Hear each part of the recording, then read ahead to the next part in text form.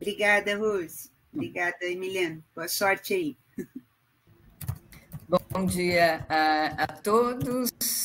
Nós estamos aqui iniciando mais um SIG Farmaco, e hoje teremos a participação da doutora Joyce da Silva. Você pode passar o próximo, Joyce? Sim. Lembrando, né, que o SIG Farmaco é um grupo de interesse especial em farmacologia e terapêutica e sob iniciativa da Rede Universitária de Telemedicina do Ministério de Ciência e Tecnologia. Próximo. Pode passar o próximo. Nós temos aqui participando, né, mais de 50 instituições com rede física, sendo mais de 20 com rede física, instituições com rede física, e outras que participam online, representadas pela web conference. Esse grupo ele é distribuído, né, tem representação em praticamente todos os estados do país e é coordenado pela professora Maria Cristina Avelar, da Unifesp, professor Emiliano Barreto, da UFAL, por mim, também da Unifesp, pelo professor François Noel e pelo professor Paulo Guedini, da Federal do Rio de Janeiro e Universidade de Goiás, respectivamente. Por favor, próximo.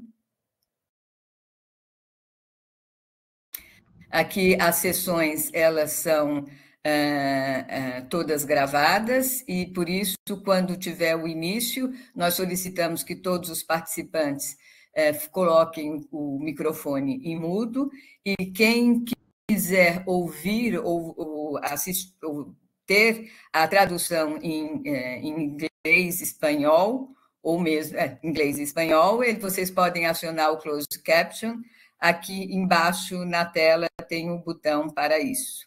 Tá? E nós gostaríamos que todos vocês colocassem aqui no chat o nome e a instituição de origem, e durante a apresentação vocês já podem colocar aqui no chat ou bate-papo as questões ou dúvidas ou comentários que vocês queiram fazer, que será discutido no final da apresentação.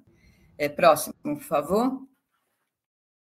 No caso, o acesso a essa atividade, vocês podem fazer por via o CAF, né, café, ou via cadastro, pelo link aqui apresentado. E próximo, por favor. É importante que sempre que vocês entrarem, vocês coloquem aqui, cliquem em desejar registrar a presença, porque aí automaticamente vocês terão a presença registrada e ao final da apresentação vocês já podem, inclusive, coletar o certificado. Próximo. Tá. Então, aqui nós temos a estrutura da atividade. Então, são 5 minutos de boas-vindas que estou fazendo aqui agora. Nós teremos depois a palavra da professora Juliana Chichorro, que vai apresentar a professora Joyce da Silva, e, em seguida, a professora Joyce vai fazer uma apresentação de aproximadamente 40 minutos, e que será seguido também por um debate com todos os participantes. Pode passar o próximo. Tá? Então, aqui agora eu passo a palavra para a professora Juliana Chichorro, que vai fazer a apresentação da professora Joyce. E, mais uma vez, a gente agradece a participação tanto da professora Joyce como da professora Juliana. Obrigada. Obrigada, professora Roseli. Então, bom dia a todos. É um grande prazer participar dessa sessão da SIG Farmaco e poder introduzir a professora Joyce da Silva. A professora Joyce, ela então fez doutorado em neurociências na Universidade de São Paulo, né? Doutorado sanduíche na Universidade de Maryland, em Baltimore, e onde ela voltou para fazer o pós-doutorado dela, acho que por cerca de 5 anos, né, Joyce? E há cerca de 3 anos ela foi contratada como professora assistente na Universidade, então, de Maryland, na Faculdade de Odontologia. Então, a Joyce vai contar um pouquinho da trajetória dela para vocês, e vocês vão ver que ela é uma excelente pesquisadora e uma ótima pessoa, Então, agradeço muito ter aceito o nosso convite e uma boa apresentação. Obrigada, Juliana. Obrigada a todos. Está me ouvindo bem, né? Obrigada a todos os organizadores desse evento. É um evento maravilhoso, que nem eu estava conversando com o pessoal antes de começar. Isso faz a gente ficar sem fronteiras, né? Então, eu estou aqui longe e cada um em um estado diferente, então é bem interessante poder participar desses eventos. E deixa eu mudar a minha tela. Ok, apresentação.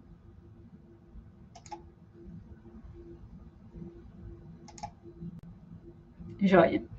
E antes de começar, eu estou vendo aqui, a gente tem mais ou menos 35 pessoas. Se vocês pudessem pôr no chat, só por curiosidade, qual o estágio de carreira que vocês estão, se são alunos de doutorado, iniciação, professores mais seniors, né, já mais avançado na carreira, vai ser interessante para eu vou ficar de olho no chat, nas perguntas, e vai ser interessante para eu conhecer um pouco quem que está participando na reunião.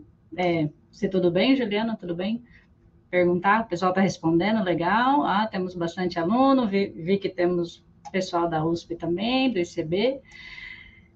Bom, então, obrigada. Eu vou continuar de olho em todo mundo que for respondendo. Eu peço desculpas já, faz bastante tempo que eu estou fora, mais ou menos 8 anos, 10 anos total. Eu vou falar um pouquinho da minha trajetória e peço desculpa, né? É um pouquinho clichê se eu falar alguma coisa que não está tão gramaticamente correto no português. Eu falo português bastante ainda, mas às vezes, né, nessas partes científicas a tradução fica meio diferente.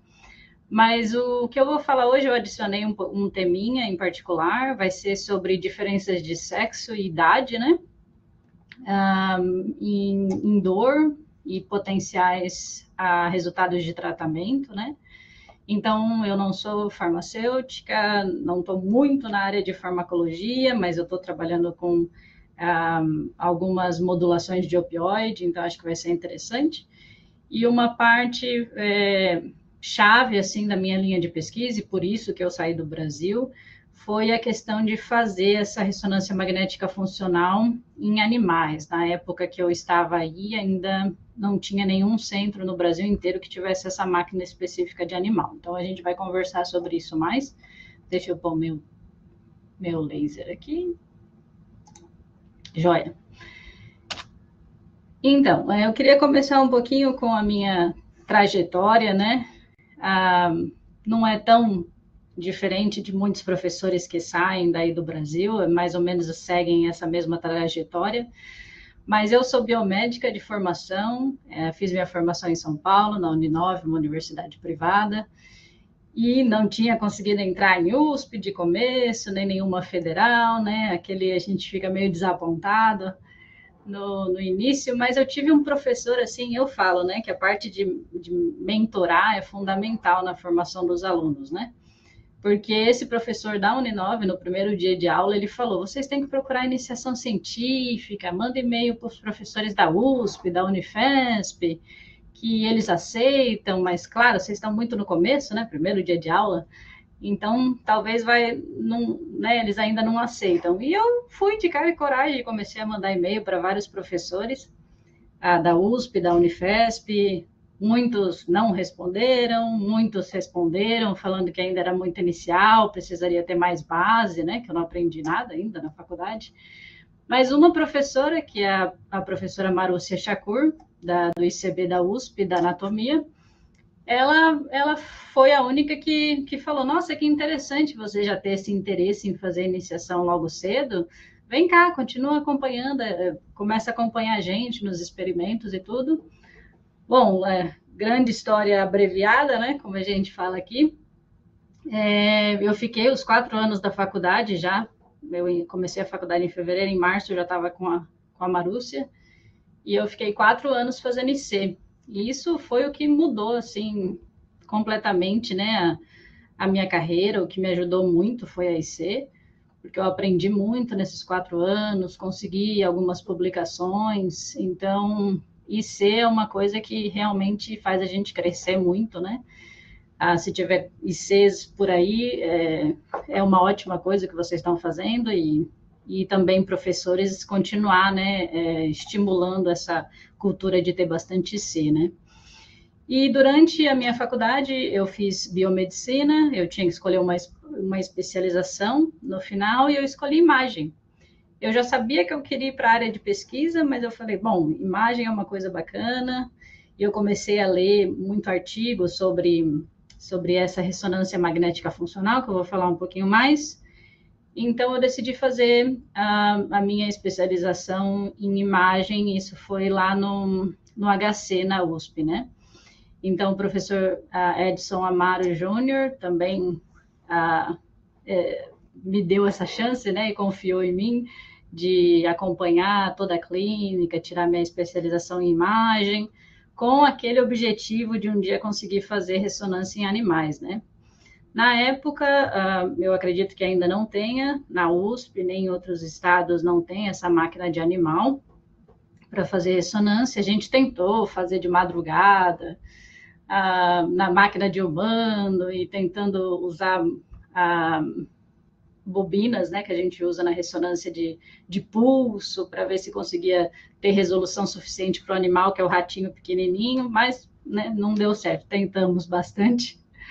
E o professor Edson foi, assim, realmente chave em tudo isso no desenvolvimento da minha profissão também, né, da minha carreira. Eu cheguei a fazer uma especialização também em dor, né, em humanos, lá no HC, com o professor Jacobsen, que também foi super, me deu muito suporte durante a minha carreira. Então, sempre tentando combinar essa área de dor em animais, em modelos animais, e ter essa parte translacional de pensar na clínica, né, de estar vendo o paciente, saber como que eles sentem quando tem dor crônica. Então, basicamente, o que eu vim estudando desde a IC foi entre tanto farmacológico quanto não farmacológico, né, tratamentos para dor em animais e em humanos também. Aí, durante o meu doutorado, eu consegui essa bolsa BEP para vir para a mesma universidade que eu estou agora, né, a Universidade de Maryland, em Baltimore, que fica aqui nessa pontinha dos Estados Unidos aqui. E, novamente, foi essa iniciativa, né, que é muito importante, dos alunos, né? Ninguém conhecia, meus mentores do Brasil, ninguém conhecia esse professor aqui dos Estados Unidos. E eu lendo os artigos dele, né, sobre ressonância magnética funcional tanto em humanos quanto em animais, ele faz. E mesmo sem conhecer, mandei o e-mail e, né, aquela história do não eu já tenho, né? Eu acho que estar na ciência tem que ser muito perseverante e ter essa resiliência de levar uns nãos aqui, né, e ali, né, que são bastante, mas a gente tem que tentar, né? E ele me aceitou, e eu vim, fiz o BEP, voltei, defendi meu doutorado no Brasil, e em 2017 ele me contratou como pós-doc, né? E essa parte do pós-doc foi um pouquinho desafiadora, porque toda a minha experiência foi sempre em modelos animais, né, de dor, e ele falou que tinha essa vaga de pós-doc, mas para trabalhar com ensaio clínico, né, o clinical trial, que a gente fala aqui, que é testar novas intervenções em pacientes, né, então trabalho humano, né, puramente humano, fazendo ressonância magnética funcional.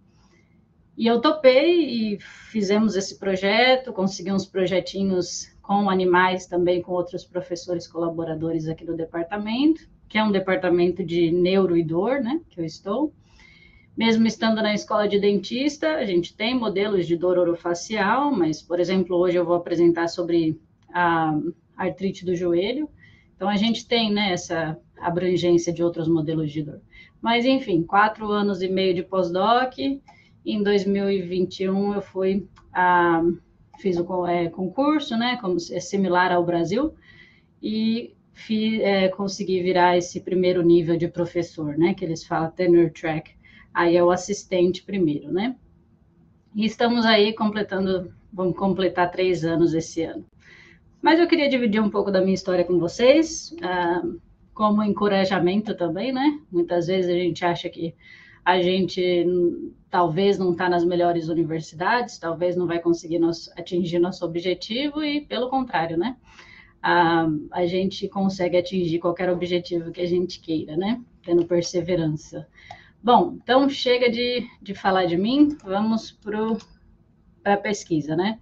Então, por que dor, né? Aqui nos Estados Unidos, e isso se abrange para o Brasil e muitos outros países, a dor crônica, que são dores que persistem mais de 3 meses, elas atingem muitas pessoas, né? Por exemplo, aqui nos Estados Unidos, 50 milhões de adultos sofrem com dor crônica, e aproximadamente metade desses adultos, eles têm essa experiência que a gente fala que é a dor crônica de alto impacto, né?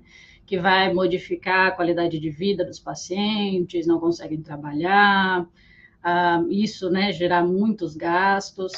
E a dor crônica, eu gosto de explicar a dor crônica como esse ciclo vicioso, né? Então, os pacientes que eles têm dor crônica, a grande maioria deles vão desenvolver problemas de ansiedade, de depressão, insônia. Então, o que a gente, às vezes, agrupa tudo como comorbidades, né? Então, a dor crônica é muito mais do que simplesmente a dor, né? Ou sentir essa dor. E o que as pesquisas vêm demonstrando já por algum tempo é que a prevalência da dor crônica ela é afetada pelo sexo, né? Então, mais de 70% dos pacientes com dor crônica são mulheres. Então, aqui vocês veem nessa telinha aqui, muitas, não só crônica, mas dores agudas também, que são mais prevalentes em mulheres comparada a homem, e também algumas condições que não têm a especificidade, né, de sexo. E isso também é um problema, então, além do sexo, né, que a gente tinha falado, da mulher ter mais prevalência, a idade também vem sendo um fator muito importante. E a gente sabe que todos estão vivendo mais, né? A expectativa de vida está crescendo no mundo inteiro. Então, além desses 70% dos pacientes serem mulheres, metade desses pacientes, também metade dos pacientes idosos, vamos falar assim, eles também têm essa chance maior de ter dor crônica. Então, aqui você pode ver, né, que a prevalência da dor crônica, ela aumenta não só pelo sexo, mas também pela idade, né?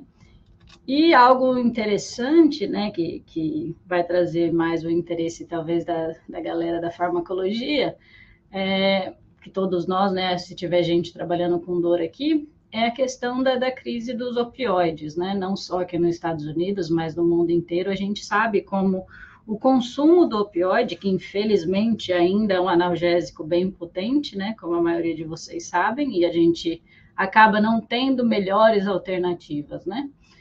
Mas o consumo do opioide por um longo prazo pode levar a essa doença de uso, né, do opioide, né? E essa doença vem crescendo também, como vocês veem aqui, triplicou o tanto de pessoas, até idosos, que estão desenvolvendo essa doença do uso contínuo de opioide, né?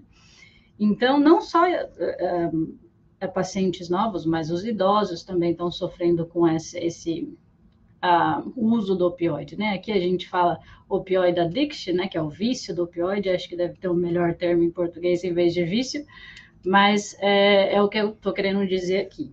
E o que a gente sabe é que, mesmo sabendo que mulheres são mais afetadas, idosos e têm maiores riscos, né?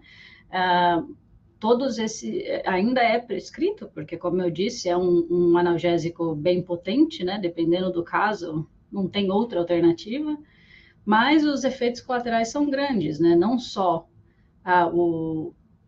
de qualquer outro tratamento em dor, um tratamento contínuo vai ter esses efeitos colaterais, mas também do opioide, né? A sedação, em idosos, aumenta a chance de declinar a parte cognitiva, cair, fraturas, constipação, né? Um super efeito colateral de opioides, por exemplo, morfina, né? Quando os pacientes estão em cuidado paliativo. Então, a gente precisa entender melhor essa relação e esse mecanismo de diferenças sexuais e tanto de idade em dor para que a gente possa desenvolver melhores terapias, né? E uma coisa entre esses mecanismos envolvendo essas diferenças de sexo e de idade, o interesse do meu laboratório é no cérebro, né? Então, a gente sabe que a dor crônica, ela muda o cérebro, né? Ela muda a organização do cérebro. Então, existe esse shift, né? Que é essa mudança, né? Em como as suas vias, né? Provavelmente muitos de vocês aqui têm professores, doutorados, já passou por algum tipo de curso de dor em algum estágio da sua carreira. A gente sabe que tem as vias ascendentes, vias descendentes de dor, certo? E, por exemplo, nesse estudo aqui, eles mostraram que os pacientes que têm dor crônica a lombar, dor nas costas, eles, comparado com um grupo subagudo, né? Eles têm essa mudança, em vez de ativar, vamos assim dizer, essas vias comuns de dor, né? Do processamento de dor, não, vias como que processa emoção, como o sistema límbico, que processa recompensa, né? Prazer, elas estão tomando conta, né? Vamos dizer assim, em palavras leigas, essas vias de dor. Então, o cérebro não está mais processando a informação de dor como estaria antes, né? Tem essa participação aumentada do sistema emocional e também desse sistema sobre recompensa e prazer. Um outro estudo, também comparando pessoas que têm enxaqueca, né, migraine, com os pacientes controle saudáveis, tem mostrado também que, por exemplo, a substância cinzenta periaquidutal, né, a PAG, ela é uma região chave desse sistema descendente inibitório de dor, né? A gente tem nosso sistema ascendente, tem sistemas descendentes para tentar inibir esse estímulo doloroso. Então, nesse estudo, eles mostraram que os indivíduos que são saudáveis, eles têm uma maior conectividade, a conectividade é mais forte, e a gente vai falar bastante de conectividade hoje, entre essa PAG e o córtex cingulado anterior nessa parte mais rostral, né? A parte mais da frente aqui. Então, essa associação, se os saudáveis têm essa conectividade mais forte, isso foi associada com menos dor, que é essa associação negativa com os valores de dor de 1 a 10, por exemplo, né, que a gente pergunta na clínica. E um outro estudo também linkando não só essas vias descendentes de dor, mas também opioides, né? Porque a gente sabe que aqui na PAG tem bastante opioide e essa via descendente é bem dependente em sinalização de opioide. Nesse outro estado, isso tudo usando essa ressonância magnética funcional, né? Nesse outro estudo, eles têm mostrado que quando você injeta um agonista desse receptor MOR de opioide, certo? Isso vai promover um alívio da dor.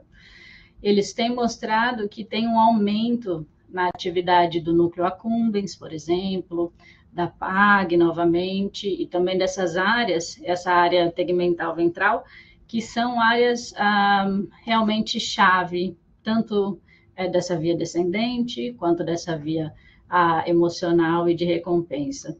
Então, só para falar um pouquinho que eu não falei, ressonância magnética funcional, ela se tem alguém aqui que nunca ouviu falar, é a mesma máquina de uma ressonância convencional, mas o tipo de imagem que você vai coletar é diferente, né? Então, geralmente são longos, né, os exames, mas o que você consegue fazer de uma forma não invasiva, você coletar informação funcional. Então, não é só mais a anatomia que você consegue olhar. Você também vai ter uma medida indireta de atividade neuronal, indireta, que se baseia em fluxo sanguíneo, oxigenação da região cerebral, e também você pode inferir a conexão entre as regiões. A gente pode conversar mais depois sobre esses detalhes. Então, aqui só para mostrar o que eu vou falar hoje, eu vou falar sobre o impacto de sexo e idade nessa capacidade endógena que a gente tem de inibir a dor, né? E aqui são vários nomes, mas a ideia é que a gente tem esse conceito na área de dor, que dor inibidor, né? Que a gente tem as nossas endorfinas, o nosso sistema endógeno que vai conseguir inibir dor. E tem esse cancelamento quando duas dores ocorrem ao mesmo tempo. Eu vou explicar isso mais. No passado, e especialmente em animais, isso tinha se chamado DNIC, ou esse controle inibitório nocivo difuso. Faz menos de 5 anos introduzir esse novo tema, que é o controle descendente da nocicepção, que também é basicamente o DNIC, mas se você testa no animal, quando o animal está consciente, né? Que o DNIC foi todo baseado em eletrofisiologia da medula espinal, então os animais estavam anestesiados. Então, basicamente é o que vamos falar hoje desse sistema endógeno de inibir a dor. E eu vou falar também um pouquinho sobre diferenças de sexo e idade num modelo de dor crônica de osteoartrite. Então, por que fazer essa ressonância magnética funcional em animais, né? A gente pode fazer eletrofisiologia, a gente pode fazer tanta coisa que vai diretamente te mostrar a atividade neuronal, porque você quer fazer algo que é indireto, né? Então, os benefícios dessa técnica, que ela é uma técnica não invasiva, que vai possibilitar fazer estudos longitudinais, né? Então, vários pontos do mesmo animal. Então, você pode ver o animal no basal, você pode ver após a dor crônica ser estabilizada, você pode fazer após o tratamento, você tem essa possibilidade. E você vê o cérebro inteiro, né? Você vê o encéfalo inteiro. Então, você pode estudar qualquer tipo de processamento envolvendo dor, emoção, a recompensa, nesse nível de todo o cérebro, né?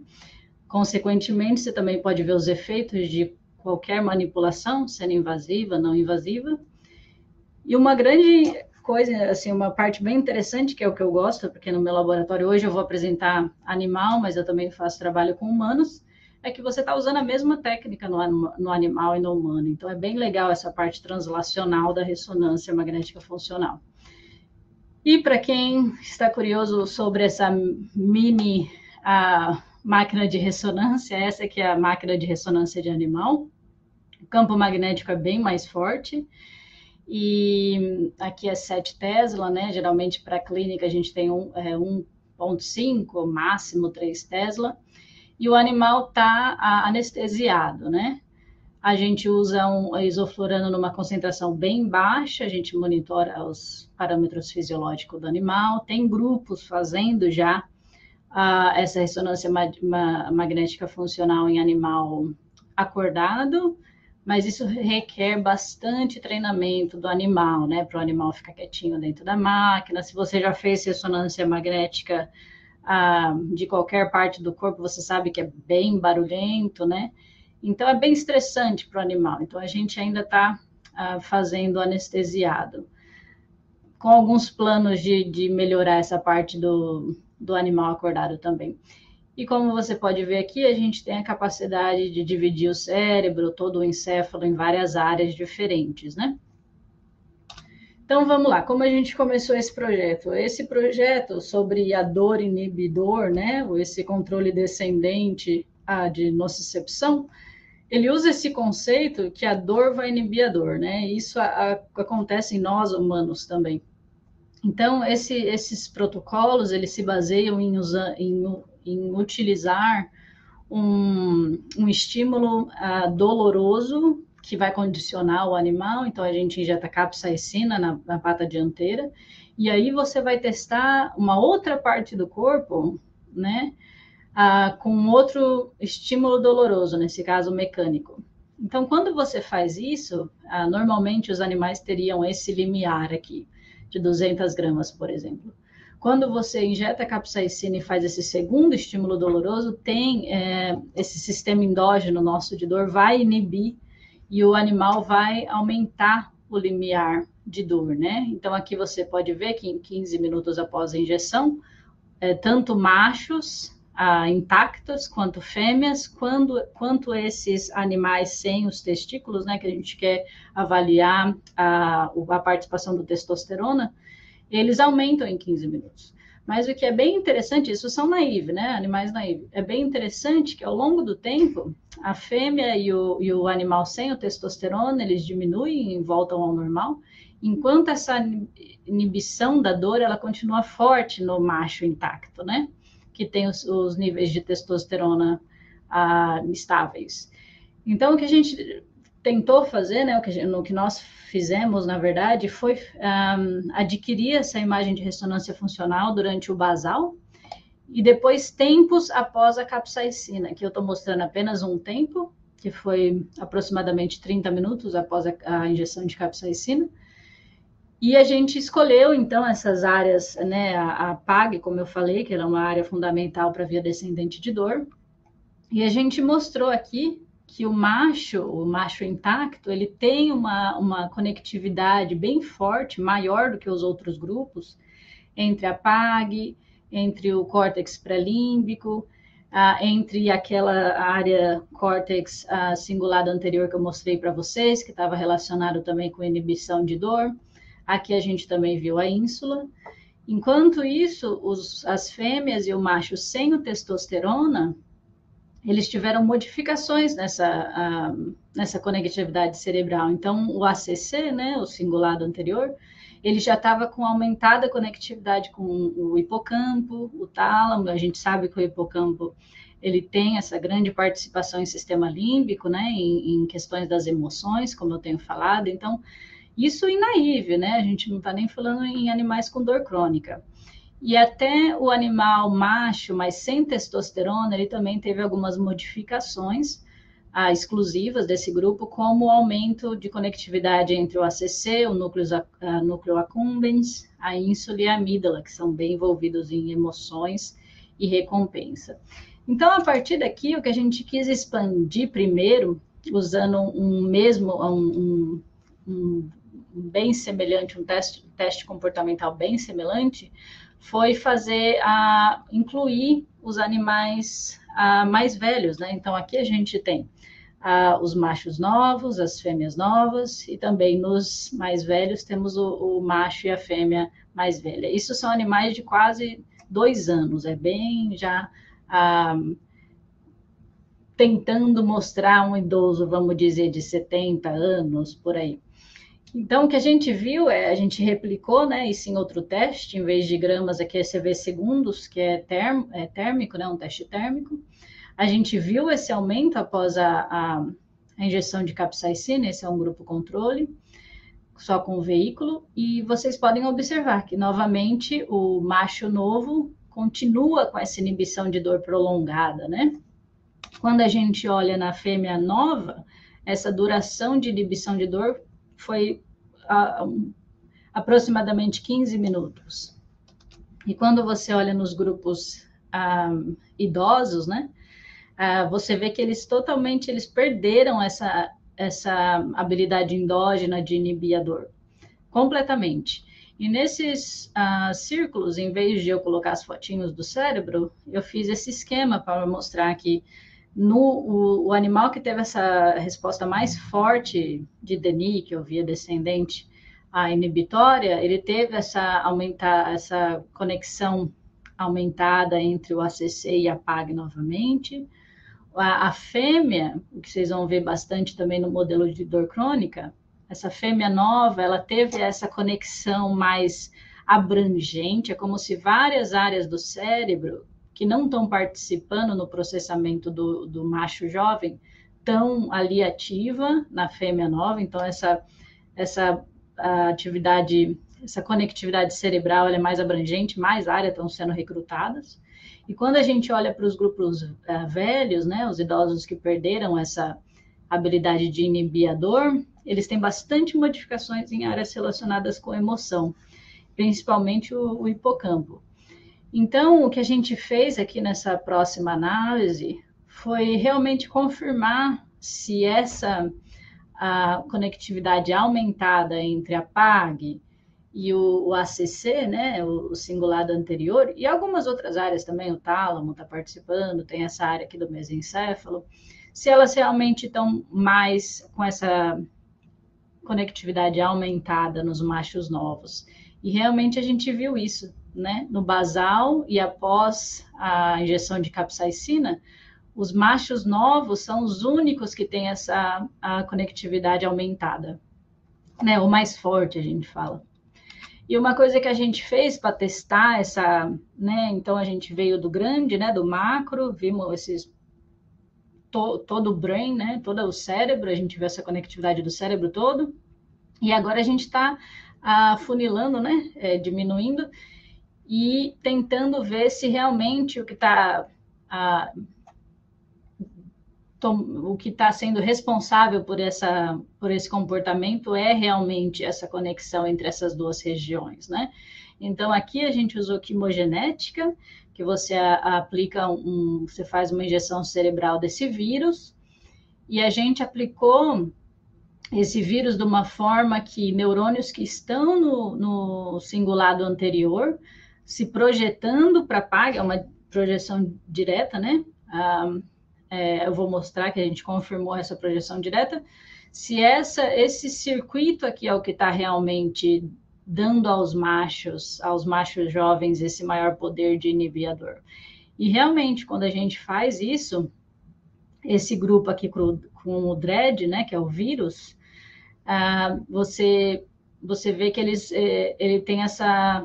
Quando você inibe esse circuito, quando você bloqueia esse circuito, você tem a diminuição dessa resposta inibitória de dor, mostrando que realmente esse circuito está participando nesse comportamento, né? Os animais controle continuam com a resposta lá em cima, que nem eu tinha mostrado. E o que a gente está bem interessado, né? Essa parte de opioide, entender melhor também esse circuito, não só com a ressonância, mas também a parte neuroquímica desse circuito. A gente começou primeiro para testar a hipótese que opioides estão envolvidos nesse comportamento. A gente injetou sistemicamente intraperitoneal naloxona, né, que vai bloquear opioides. E a gente mostrou que quando a gente faz isso é um dado novo que a gente está coletando recentemente, a gente mostrou que se você bloqueia os opioides, isso sistêmico, você também bloqueia essa capacidade dos machos novos de inibir a dor. E em fêmeas, a gente mostrou, ele não afeta, né? Ele continua da mesma forma que estava. Algo mais direto que a gente queria ver, será que os opioides na PAG mesmo são os que estão sendo responsáveis por esse comportamento? Então, aqui a gente, em vez de injetar sistemicamente, a gente injetou diretamente na PAG, e vocês podem ver que realmente tem esse bloqueio do comportamento, né? Eles não são capazes de ter essa inibição de dor como eles tinham antes.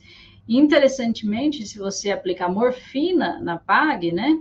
Aumentar ali os opioides naquela região das fêmeas, você vai ter essa melhora na resposta inibitória de dor deles. Então, isso está mostrando que os opioides estão envolvidos, né? A gente acabou de coletar esses dados, são bem recentes, mas a gente mostrou também que nas fêmeas idosas, que nem têm habilidade de inibir essa dor, você consegue fazer elas ter uma resposta melhor também de inibir a dor se você injeta morfina. Então, assim, resumindo, o que eu tenho mostrado até agora é que o testosterona realmente ele tem um papel de reforçar, né, esse sistema inibitório de dor.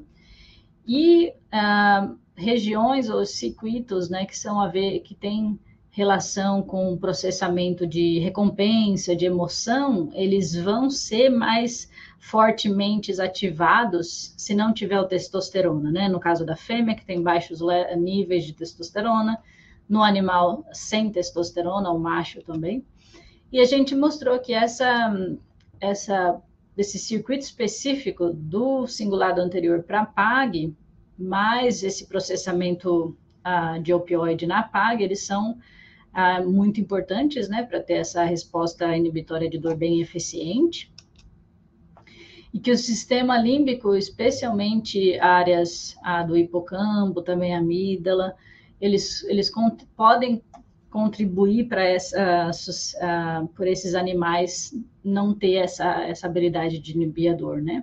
Isso em animais velhos, e também que o sexo pela fêmea já ser comprometido até na fase jovem, pode ser um fator de risco para desenvolver dor crônica. E aí, passando para a última fase da minha apresentação, a gente vai falar sobre o modelo de dor crônica, então. O que acontece nessas regiões quando nós temos a osteoartrite crônica, e também vendo diferenças de sexo e de idade. Então, pensando em um modelo animal, né, às vezes a gente fica bem preso em certos modelos que são mais tradicionais. Pensando num modelo que seria interessante para ver diferenças sexuais e também diferenças de idade, o primeiro que nós pensamos foi a osteoartrite, porque é mais prevalente em mulher e também em pessoas idosas. A gente induz esse modelo injetando essa substância de monoiodo acetato, no joelho do animal. Isso vai destruir condrócitos, vai ter problemas nos ossos ao redor também, e desenvolve esse modelo bem interessante que você consegue avaliar uma fase inicial de dor e uma fase mais tardia da dor. A gente fez testes para hiperalgesia primária diretamente no joelho do animal e também fizemos essa ressonância magnética funcional, o que a gente chama de resting state, que é um estado de relaxamento, né? O animal ele não está tendo mais estímulo doloroso dentro da ressonância. Simplesmente a gente está analisando como as regiões do cérebro do animal estão conectadas uma com outra, né? Sem fazer um estímulo adicional. Então, primeiro, no comportamento, a gente conseguiu mostrar bem interessante essas diferenças, tanto de sexo quanto de idade. Os animais machos jovens, eles têm essa dor por aproximadamente 7 dias apenas, e depois você vê que eles vão recuperando, né? Comparado ao seu controle com o veículo. As fêmeas, essa dor já dura mais tempo, aproximadamente 14 dias, e depois eles vão se recuperar. Basicamente, os grupos jovens estão recuperados na fase mais tardia. Quando a gente olha para os idosos, tanto o macho quanto a fêmea, eles não recuperam, né? Eles têm essa dor contínua, tanto na fase inicial quanto na fase mais tardia.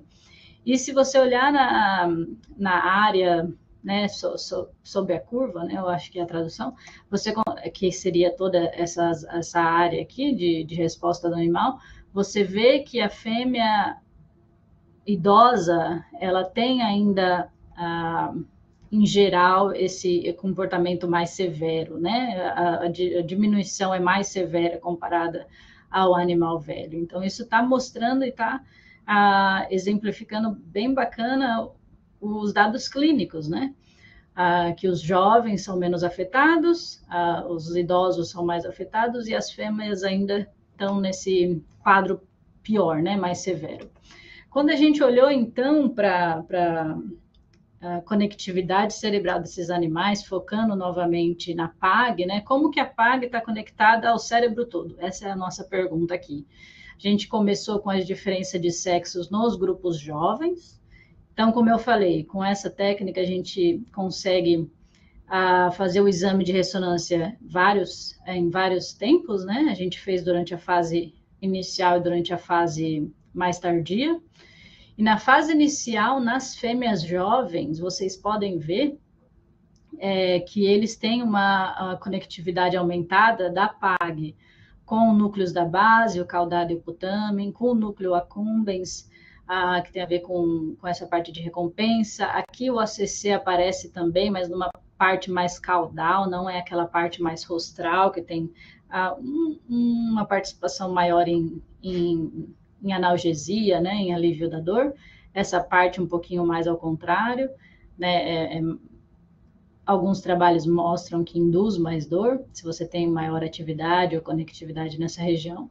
A córtex motores, a ínsula, os córtex somatosensoriais. Então, você vê essa via descendente de dor, mais hipocampo, núcleos accumbens. Então, também aquela tomada do sistema límbico e do sistema de recompensa que eu falei para vocês, né? Eles têm a dor crônica aqui estabilizada. Aqui na fase tardia, como eles já estão recuperados, vocês veem que tem, né, uma recuperação. Todas essas áreas já não estão com a mesma intensidade. Então, tem uma reversão da dor que essa conectividade cerebral está acompanhando, né, uma menor conectividade. Quando a gente olha para os machos novos, mesmo nessa parte inicial da dor, que eles têm dor nessa parte, né? Os limiares de dor estão alterados, a nocicepção, a gente não vê muitas modificações, né? O que foi bem interessante é que na fase mais tardia, que na verdade eles já estão recuperados da dor, e mais rápido do que as fêmeas, a gente vê esse córtex cingulado anterior, essa parte rostral que eu falei, né? Que quanto mais forte a conectividade dessa área com a PAG, menor é a dor deles, né? Então, é como se isso estivesse ajudando, né, esse sistema que eles já têm para eles se recuperar da dor mais rápido, né? E nessa parte tardia eles não têm dor também. Ok, vamos para o próximo. Não, pulou um, espera só um pouquinho. Ok, aí, então, nós falamos das diferenças sexuais dos jovens, agora falando dos idosos. Na parte inicial também, na fase inicial, é interessante que a gente não vê muitas modificações, mas o que chamou bastante atenção da gente foi que nessa fase mais tardia da dor, que esses grupos ainda estão com bastante dor, a gente vê o aumento da conectividade com os núcleos da base, com o núcleo accumbens, com a ínsula, com o córtex somatosensorial. Então, essa mudança, né, de sistema límbico com sistema de recompensa, a gente vê hipocampo aqui também nos machos, eles estão mais aparente na fase tardia dos ratos velhos. Eles ainda têm aqueles comportamento de dor, né, nessa fase. Então, aqui, para finalizar, resumindo, o que a gente acredita é que a conectividade da PAG aumentada com o sistema de recompensa, especificamente o núcleos accumbens, né, tem se mostrado bastante nos resultados. E essa perda, né, que eles têm de resposta inibitória da dor, a gente acredita que seja mecanismos que estejam mediando tanto a dor crônica quanto a doença de uso de opioide, né, nos pacientes idosos. A gente acredita que você tendo conectividade da PAG diferenciada, como a gente mostrou até nos animais naive, eles têm diferenças. Isso talvez vai contribuir ou fazer você ser mais suscetível a desenvolver dor crônica, né? E também, dependendo do uso de opioides, a doença, né, do uso crônico de opioide. E como direções futuras, eu tenho mais esse slide de agradecimento. Agora a gente tem esse mapa, né, de como a PAG está conectada com o cérebro inteiro, tanto no basal, e eu não mostrei aqui o dado, mas a gente fez também uma ressonância antes de qualquer procedimento naqueles animais com dor. A gente tem esse mapa da fase inicial, a gente tem o mapa da fase final. Então, a gente está pensando em modificar geneticamente esses circuitos e tentar tratar a dor dos animais, né, e ver se a gente consegue reverter essa dor por manipulações no cérebro. O que a gente acabou de mostrar também, que foi bem interessante, é que esses neurônios do ACC, eles realmente estão mandando projeções diretas até a PAG no núcleo ventrolateral. Então, esse é um vírus que chama M-Green Lantern, lanterna verde, que você injeta, por exemplo, aqui na PAG, e ele é retrógrado, Então, ele vai se mover, né, até marcar os neurônios de onde está recebendo projeções na PAG. E a gente mostrou que várias áreas do cingulado anterior estão mandando projeções para a PAG, né, até mais do que a gente imaginava. E o meu lab, né, da Silva, nada mais brasileiro do que da Silva, né, a gente estuda, então, esses modelos translacionais, tanto em humano, quanto em modelos animais de dor e também essas comorbidades emocionais que eu não mostrei aqui hoje, como ansiedade.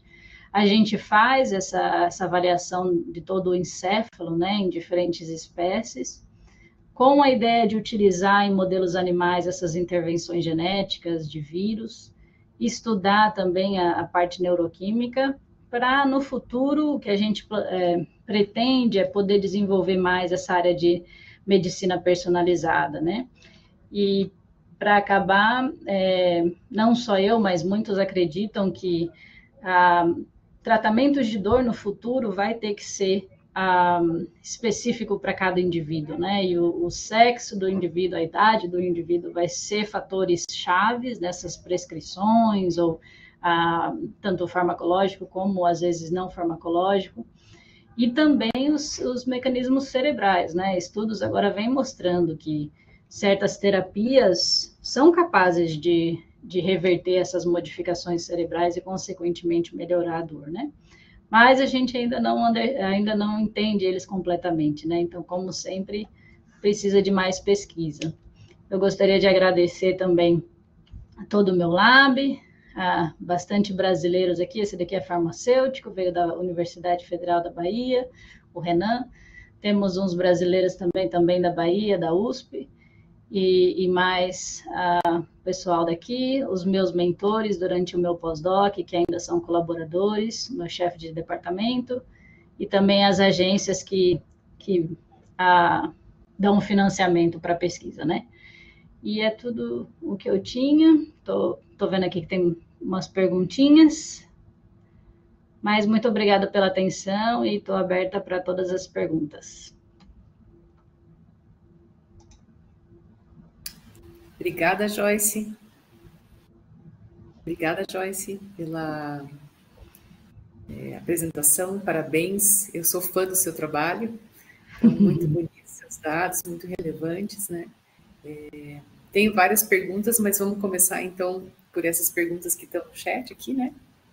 Eu acho que a primeira pergunta foi da professora Alexandra Arco, e ela está parabenizando você pelos dados, pelas imagens, e está perguntando sobre o modelo de osteoartrite, se ele seria menos agressivo que o modelo de CFA, e se os animais, como que é a mobilidade desses animais ao longo do tempo, né? É uma ótima pergunta, e realmente esse modelo do MIA, né, ele pelo campo de artrite, né, pelos pesquisadores que pesquisam artrite, eles acham que esse modelo ele é até muito agressivo, né, e da mesma forma o CFA, porque quando o paciente tem a osteoartrite, é uma coisa de longo prazo, que vai se desenvolver em anos, né? Então, demora bastante para ter todas essas modificações na articulação ali do joelho, né? Especificamente em osteoartrite de joelho. Então, em questão de agressivo, eu nunca trabalhei com CFA diretamente injetado no joelho, mas eu creio que pelos trabalhos que a gente lê de histologia do joelho, né? Esse modelo de MIA, ele é mais agressivo, ele vai realmente destruir todos os condrócitos, vai ter várias modificações ali de cartilagem, é a longo prazo. Então, por exemplo, essa fase inicial que eu falei, que é de 7 a 14 dias, ela vai ter mais a ver com o processo inflamatório inicial, né, no joelho. Já o modelo, já a fase mais crônica, né, que está ali nos 28 dias, até mais, tem modelos, dependendo da dose que você usa de MA, pode durar mais o comportamento de dor, né? Mas ali já é mais modificações do osso, né, já são modificações mais de longo prazo. Então, ele é agressivo, sim, e creio que o CFA, dependendo da dose, também vai ser tão agressivo quanto. Mas o que é legal desse modo é que você tem essa clareza entre as fases, né? Então, você estuda a fase inicial versus fase mais tardia.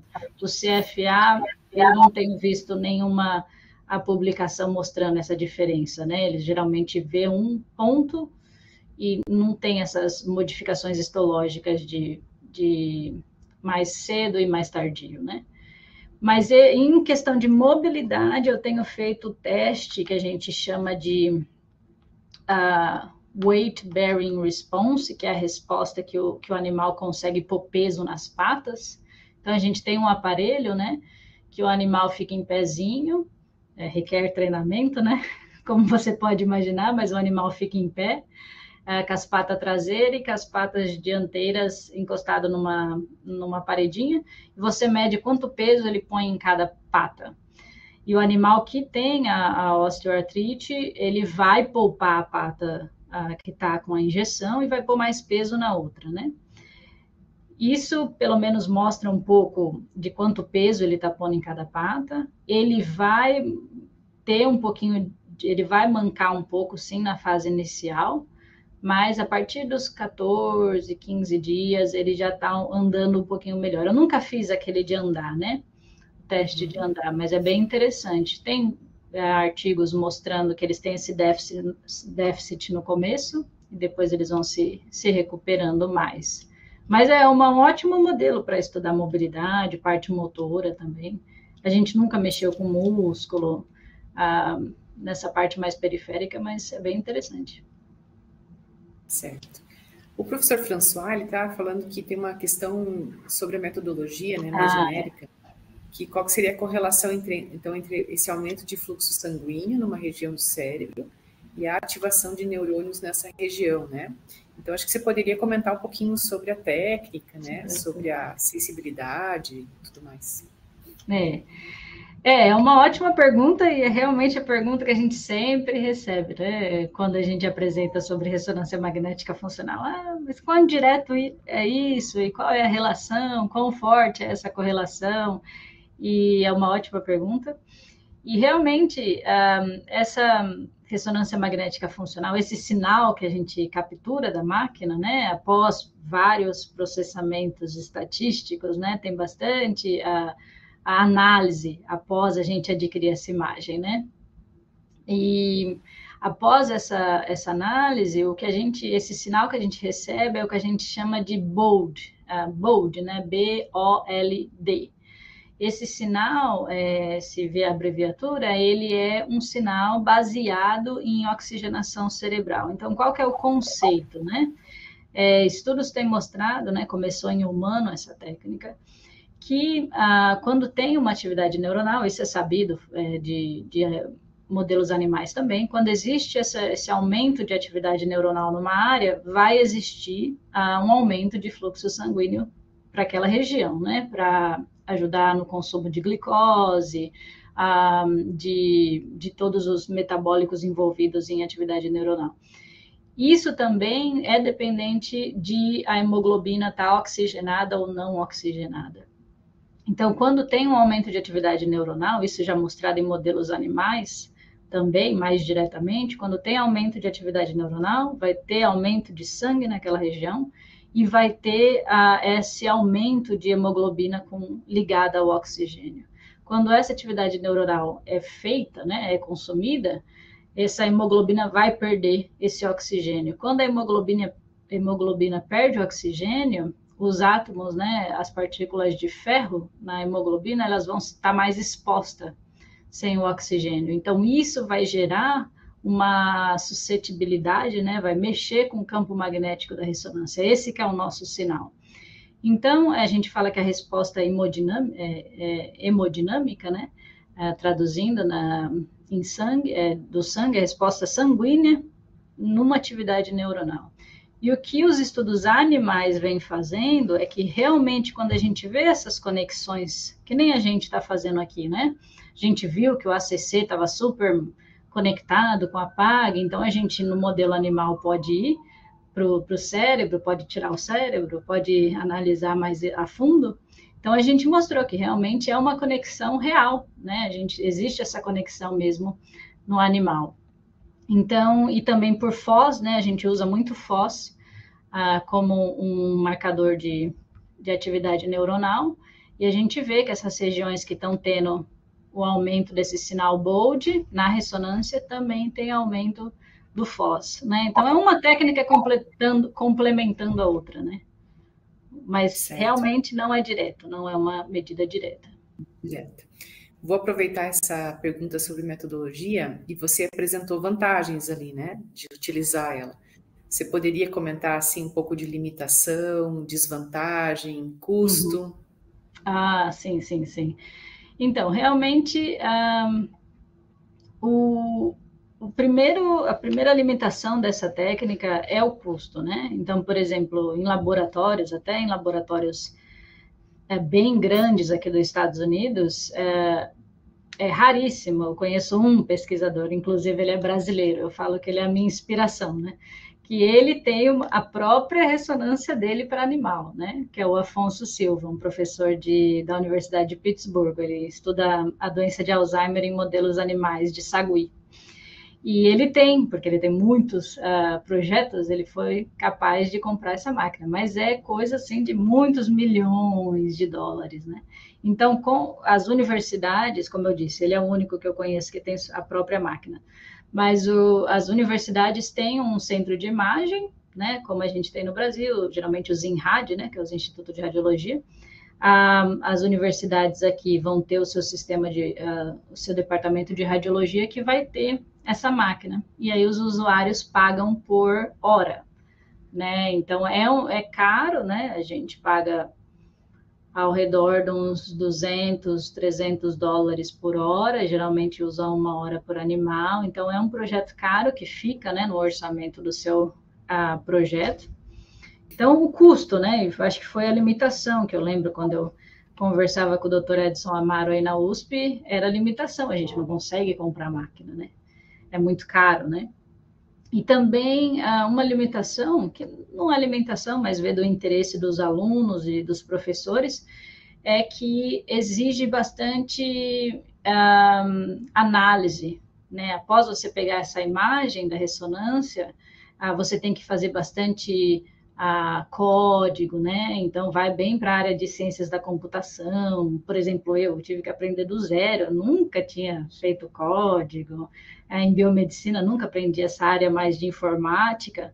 E aqui a gente tem que usar bastante para análise de ressonância. Então, tem essa limitação, né? Você vai fugir, assim, não fugir, mas você vai aprender essas habilidades de outras áreas, né? Na área da computação.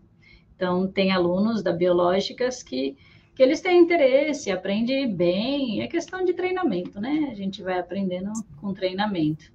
Mas é uma limitação. Então, assim, o custo, né?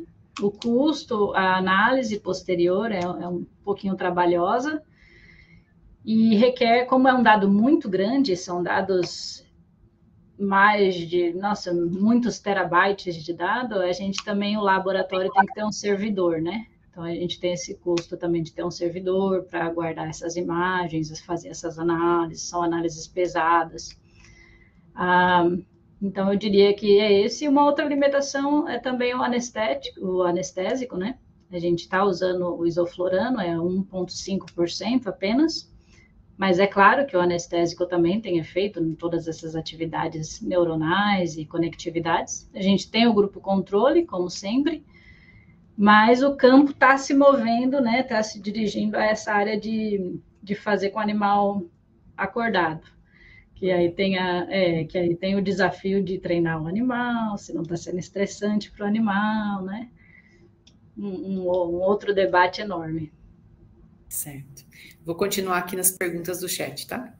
Então, Taylor está parabenizando você pelo trabalho e ele gostaria de saber, ou ela, não sei, o que acontece nos primeiros minutos após a administração de capsaicina, como que ativa esse sistema inibitório descendente, né? Aumenta o limiar sem ativar o ascendente, pois não houve redução de limiar. Sim. Então, quando o segredo desse teste, né, de você testar essa via inibitória, é realmente o fator de você ter duas atividades dolorosas, né?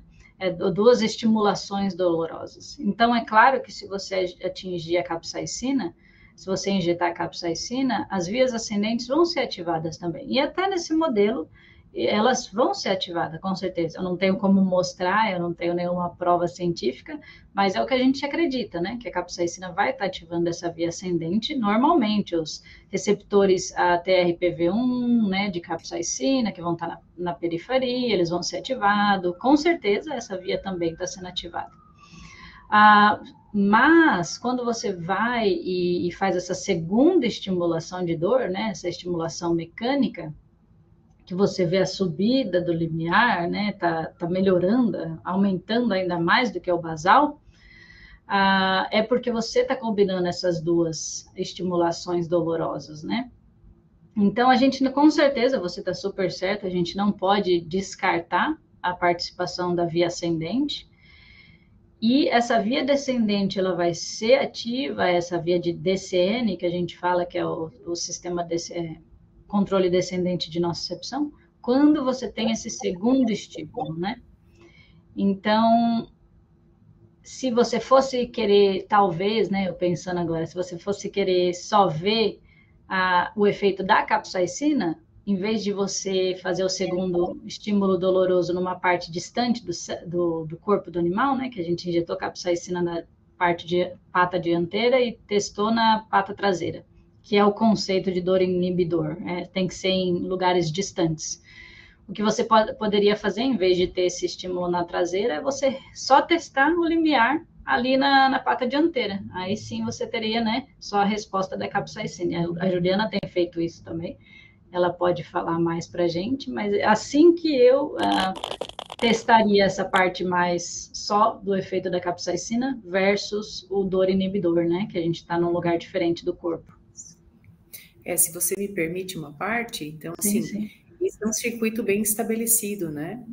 Como você falou inicialmente, com estudos de eletrofisiologia e depois estudos comportamentais. Então, o princípio é você ativar segmentos diferentes e a ativação desse segundo segmento vai ativar uma via descendente cerebral específica, né? Que vai, então, inibir a dor provocada pelo primeiro estímulo. Então, esse é o princípio. E eu acho bem interessante esse modelo animal, porque a gente consegue reproduzir isso em humanos, né? Em humanos, exatamente. A gente faz o que a gente fala, que é o CPM. Isso, então, é uma ativação descendente que está bem estabelecida para animais e para humanos. Então, se você encontrar fármacos, por exemplo, ou estratégias que modulam em animais, é possível que você consiga também testar isso em humanos depois com a mesma metodologia. Com certeza, com certeza. Tem duas perguntas aqui, Joyce, também com relação à metodologia. Então, uma delas é esse tipo de análise, né, a ressonância magnética funcional, poderia ser aplicado ao sistema nervoso periférico. Essa é uma ótima pergunta, Douglas. E legal que você está trabalhando com o mesmo modelo, a gente pode trocar figurinhas, se você quiser mandar e-mail. Deixa eu compartilhar minha tela de novo, que eu deixo meu e-mail aqui. Se alguém tiver interesse, pode me mandar e-mail também. Está aqui meu e-mail da universidade, ou mandar e-mail para a Juliana coloca a gente em contato. Mas então, no sistema nervoso periférico é um pouquinho mais desafiador, né? Nervo, a gente tem outros tipos de imagens que você poderia adquirir. Por exemplo, tem uma que chama DTI, que é a imagem de tensor de difusão, que você vê o movimento das moléculas de água no tecido. Então, você consegue ver, por exemplo, a substância branca, né? Você consegue ver se aquelas vias, se aqueles axônios estão bem organizados, ou se tem algum distúrbio, se eles estão emaranhados, por exemplo, em modelos de dor neuropática. É um outro tipo, já não seria esse bold, né, que eu estou falando. No nervo, a gente não tem, né, essa capacidade de ver o sinal bold, então seria mais a ver com substância branca. Mas o que é muito desafiador é que a resolução é muito pequena, né? Então, a gente não tem, por exemplo, bobinas, né? Quando a gente faz essa ressonância funcional no rato, a gente tem uma outra maquininha que cobre a cabeça dele, e é essa bobina que vai receber o sinal, né, para a gente ver atividade ou conectividade no cérebro. Se você pensa no sistema nervoso periférico, vamos falar DRG ou nervo, você teria que ter essa bobina locada em outro lugar, isso que não tem muito. Então, essa área ainda não é bem desenvolvida na ressonância funcional. Tem medula espinal, também um pouquinho desafiador, por causa do tamanho da medula do animal, né, versus o cérebro, que é maior. Então, o sistema periférico ainda está um pouquinho mais difícil, né, não tão desenvolvido. Na sequência, na pergunta da Leila, ela quer saber se serve para cérebro de camundongos. Foi uma curiosidade minha também, Leila. Ah, sim, sim, sim. Eu tenho imagens lindas que a gente está fazendo camundongo agora também, e funciona super bem, mesmo eles sendo, né, claro, menorzinhos, mas a gente tem sim a capacidade de fazer camundongos e a resolução é tão boa quanto, e a gente está conseguindo fazer. Eu tenho, esse que eu mostrei na foto era uma máquina de 7 Tesla, mas agora a gente tem 2 máquinas aqui na universidade e tem uma de 9,4 também. Então, o campo magnético é mais forte, né? Então, a gente consegue ainda mais melhorar a resolução, que é coisa de micrômetros, é uma resolução muito boa. Certo. Vamos traduzir uma pergunta que está em inglês aqui? Talvez, se você puder responder nas suas línguas, Joyce, por favor. Tá. Deixa eu ver, a gente perdeu alguma? Tinha perdido uma antes. Ah, não perdemos não, tá tudo certinho. Não, né? Tá perguntando se os baixos níveis de testosterona em mulheres predispõem as mulheres a maiores condições de dor crônica quando comparado com os machos, né? Ou com os homens. Sim, sim. E é o que eles estão tendo tradução, né? Se quiser eu respondo em inglês também, mas eles estão tendo tradução.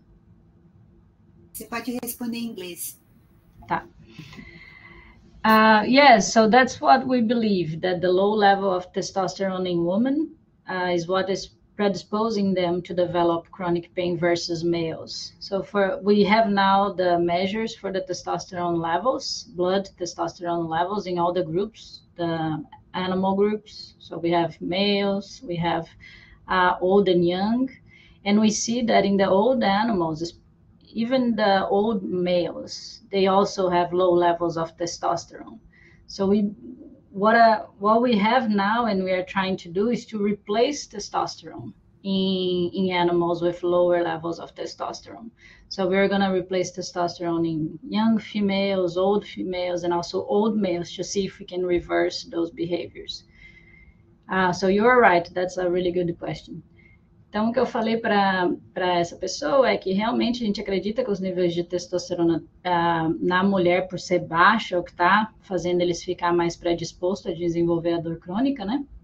E realmente o que a gente está fazendo agora num projeto, que a gente recentemente ganhamos, no ano passado, é repor o testosterona, né? Então, a gente está fazendo a reposição de testosterona nas fêmeas, tanto novas quanto idosas, e também nos animais machos idosos, que também têm baixo nível de testosterona, a gente quer ver se o testosterona vai dar aquela resposta para eles de volta, né? Se vão fazer eles conseguir ter essa resposta aumentada de inibição de dor, mas está certíssimo.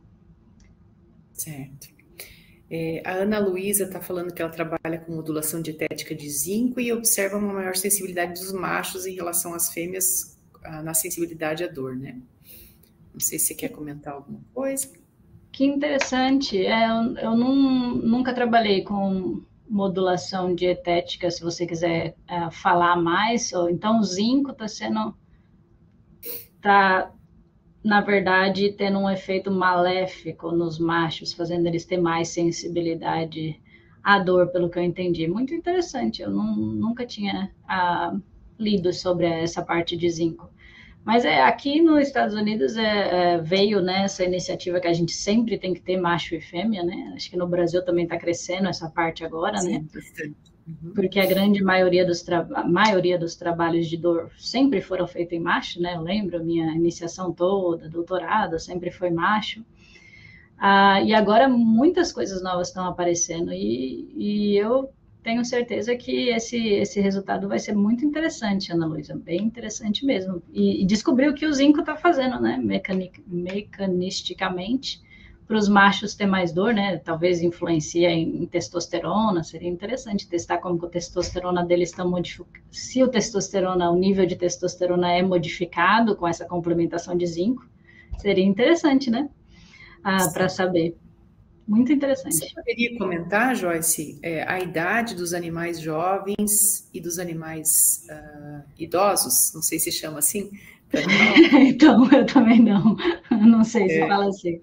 Mas, enfim, os animais jovens, eles são de 3 a 6 meses, né? Assim, mais ou menos a duração que a gente tem, a idade deles. E os animais idosos, eles são bem idosos, então de 20 a 24 meses, que é mais ou menos o que o rato vive, né? Pelo menos esse que a gente trabalha, ele é o Fisher, né? A gente também trabalha com Sprague Dolly, aqui não se trabalha muito com Worcester, né? No Brasil é bastante Worcester, mas aqui a gente, por esse trabalho de idade, a gente usou o Fisher, e realmente são ratos bem idosos já, 20 a 24 meses, 2 anos. E nesse sentido, a professora Roseli está perguntando qual que seria a idade na castração para saber se tem uma adaptação de resposta por conta da privação hormonal, né? Pelo período de privação hormonal. Isso é muito interessante também, professora Roseli. É uma pergunta que a gente sempre recebe também. Nesse estudo, a gente comprou os animais castrados, né? Então, eles são castrados já na fase adulta, né? Eles não foram castrados bem novinhos, né? Então, são esses jovens que seria uma idade média, né? De adultos, né? Adultos jovens. E eles foram castrados naquele momento. Então, 3 meses por aí dos ratos, de idade dos ratos. Tem uma pergunta da professora Maria Cristina, falando sobre perfil hormonal, né? E colocando a enzima aromatase, que ela fala que é atividade diferencial em muitas regiões cerebrais centrais envolvidas na dor em machos e fêmeas. Há algum dado diferenciando esse ponto que direcione mais o que é papel de testosterona ou do estrogênio, pensando em mecanismo local? Ótimas perguntas, e realmente mais uma pergunta que a gente sempre recebe também. Vocês estão pensando igual os nossos revisores de projetos, vocês estão revisando meus grants. Mas muito interessante mesmo, professora, obrigada pela pergunta. E isso é um outro fator muito importante, né? A gente agora conseguiu esse projeto para estudar mais a fundo o papel da testosterona, né? Então, a gente está pensando em todos esses fatores, né? Na aromatase, com certeza, a gente precisa olhar isso. E a gente sabe, né, que também tem o papel do estrogênio, e a gente ainda não avaliou. Então, realmente, esse primeiro dado foi um dado bem simples, né? Realmente só associando níveis de testosterona ou o animal que não tem o animal que é castrado versus as fêmeas, mas agora, né, com esse novo projeto, a gente quer entrar mais a fundo com os aspectos hormonais, né? Também a enzima e também dar uma olhadinha no estrogênio também. Isso a gente está como planos futuros. Se tiver interesse também em colaboração, esse é o projeto que a gente vai começar a desenvolver, né? Certo. Eu acho que faltou responder só quanto tempo de castração, Joyce? Dos animais? Então, o animal foi castrado, né, quando ele tinha 3 meses de idade, e a gente ficou com eles, o experimento todo ia durar no máximo mais uns 2 meses só. Então, esse foi o período que a gente ficou com o animal. Não vimos, assim, longo prazo, o que aconteceu, né? Certo. O Éder Gambetta está fazendo uma pergunta, então a gente tem participação internacional também aqui na nossa sessão, está dando parabéns para você. Está perguntando com relação à ressonância magnética funcional, se você consegue distinguir que tipo de neurônio que é ativado, se é GABAérgico ou glutamatérgico. E na parte de testosterona, por exemplo, se existem pessoas que fazem administração de testosterona, se modifica o nível de dor. Perguntas magníficas novamente, e realmente são as perguntas que a gente está recebendo do pessoal daqui, né? É bem interessante ver essas perguntas virem à tona, né? Muito obrigado pelas perguntas. Infelizmente, não. Pela ressonância magnética funcional, a gente não consegue distinguir qual é o neurônio que está sendo ativado. O que a gente está tentando fazer agora, a gente está indo nessa direção certinha, como você falou. A gente está fazendo, cortando o cérebro, fazendo FOS, tentando correlacionar, né, e sobrepor marcação de FOS com GABA, e aí se vai, né, para mostrar que um neurônio é GABAérgico, você pode olhar para receptor, ou pode olhar para o GABA. Então, a gente está olhando todos esses diferentes anticorpos, e também para o glutamatérgico. Então, na verdade, essa semana mesmo, o nosso pós-doc, o Igor, que é brasileiro também, veio da USP, ele está fazendo exatamente isso. Ele está pegando os cérebros dos nossos ratinhos que tiveram a ressonância, ele está cortando e ele vai fazer uma tripla marcação, né, com FOS, NIU-N, GABAérgico e glutamatérgico. Então, a gente quer olhar, né, tanto ali, primeiro no ACC, o que está acontecendo com aqueles neurônios, que estão mandando a projeção para a PAG, e futuramente na PAG a gente também quer continuar para saber que neurônios ali que estão recebendo essa projeção e qual é a característica neuroquímica deles, né? Então, realmente, está sendo feito essa semana. Ótima pergunta. E sobre o testosterona, outra parte super importante também, inclusive esse projeto que a gente acabou de receber, ele tem essa implicação, né, não diretamente, mas para pessoas transgender, né, transgênero, que falam, né, que são, por exemplo, mulheres que estão fazendo a administração de testosterona, né, para mudança de gênero, né, e perdoa se eu estou falando algum termo que não está bem traduzido no português, mas essas pessoas com a suplementação de testosterona vai ser, né, de uma certa forma, similar ao nosso modelo animal que está recebendo a suplementação de testosterona. Então, tem uma aplicabilidade ali clínica, né, de longe, né, quando a gente fala de gênero, é um outro mundo totalmente diferente em humano, que envolve vários aspectos, mas vai ter, sim, uma aplicação clínica. Então, realmente, é essa direção que a gente está indo. Certo. Infelizmente, a gente tem que encerrar a sessão por conta do horário. Agradeço imensamente a Joyce pela apresentação, por ter aceito o convite, por todos os participantes. E dessa forma eu passo a palavra para a professora Roseli para finalizar a nossa sessão.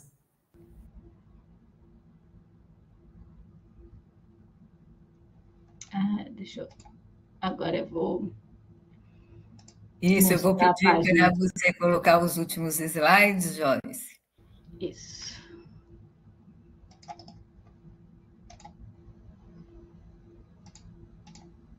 Ok, vamos lá.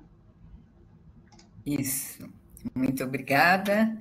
Então, mais uma vez, uma excelente apresentação aqui no SIG Farmaco, realizado pela professora Joyce da Silva. Eu queria muito agradecê-la e agradecer à professora Juliana pela indicação da professora Joyce e pela moderação da atividade. E lembrando que essa sessão foi gravada, está sendo gravada, e que em breve todos poderão entrar em contato, ou ter esses vídeos, né, disponibilizados na página da SBEFT, no link aqui mostrado. Pode passar o próximo.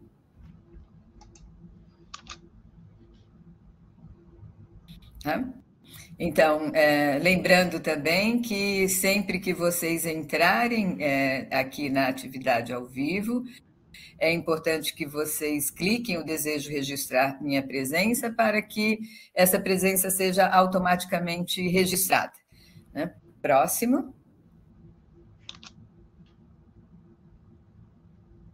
E a próxima sessão da atividade SIG será dia 21 de agosto, onde teremos a participação a palestra do professor Emerson Carraro, do Departamento de Farmácia, da Unicentro do Paraná, e teremos como moderador e coordenador o professor Paulo Guedini, do Departamento de Farmacologia da Universidade Federal de Goiás.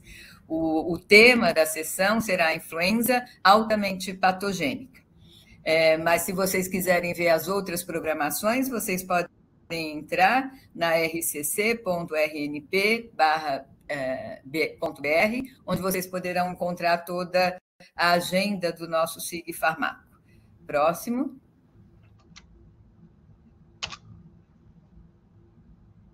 Então, no final, eu queria agradecer, então, mais uma vez, a palestrante e a professora Juliana, agradecer toda a audiência, agradecer também o apoio da SBEFT, e nos encontramos na próxima reunião. Tá? Até Acho que mais. podemos Muito encerrar obrigada. aqui a gravação. Obrigada, bom dia a todos.